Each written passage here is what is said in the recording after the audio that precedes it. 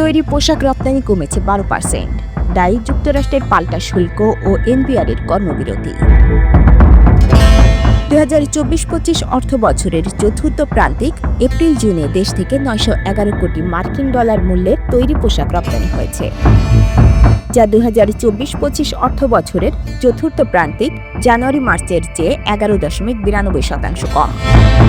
বাংলাদেশ ব্যাংকের এক প্রতিবেদন বলছে, তৈরি পোশাক রপ্তানি কমে যাওয়ার পেছনে যুক্তরাষ্ট্রের পাল্টা শুল্ক ও জাতীয় রাজস্ব বোর্ডের কর্মকর্তাদের কর্মবিরতি দায়ী।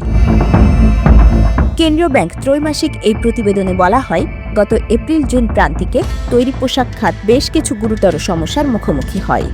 এর মধ্যে ছিল বৈশ্বিক অর্থনীতি মন্দা ও বাণিজ্য নীতির পরিবর্তন, যা ওই প্রান্তিকের রপ্তানি দক্ষতাকে দুর্বল করে দেয়। নীতিগত পরিবর্তনের মধ্যে অন্যতম ছিল যুক্তরাষ্ট্রের বাজারে বাংলাদেশের পণ্যের ওপর 37%, পরে কমে হয়েছে 20%, পাল্টা শুল্ক আরোপ। তখন পর্যন্ত সেটি কার্যকর না হলেও তা ক্রয়াদেশ স্থগিত ও অনিশ্চয়তা বাড়িয়ে দিয়েছিল। বাংলাদেশ ব্যাংকের প্রতিবেদনে বলা হয়েছে, এনবিআরের কর্মকর্তা-কর্মচারীদের ধর্মঘটের কারণে শুল্কায়ন প্রক্রিয়ায় দেরি হয়, যা পণ্যের চালান প্রক্রিয়ায় বাধা সৃষ্টি করে, সময়মতো পণ্য পাঠানোকে উল্লেখযোগ্যভাবে ব্যাহত করে। এদিকে বৈশ্বিক অর্থনীতির প্রতিকূল পরিস্থিতি, দেশের অভ্যন্তরে উৎপাদন ব্যয় ও রপ্তানি বাজারের বৈচিত্র্যহীনতা ইত্যাদি কারণে রপ্তানির গতি স্লথ হয়ে পড়ে।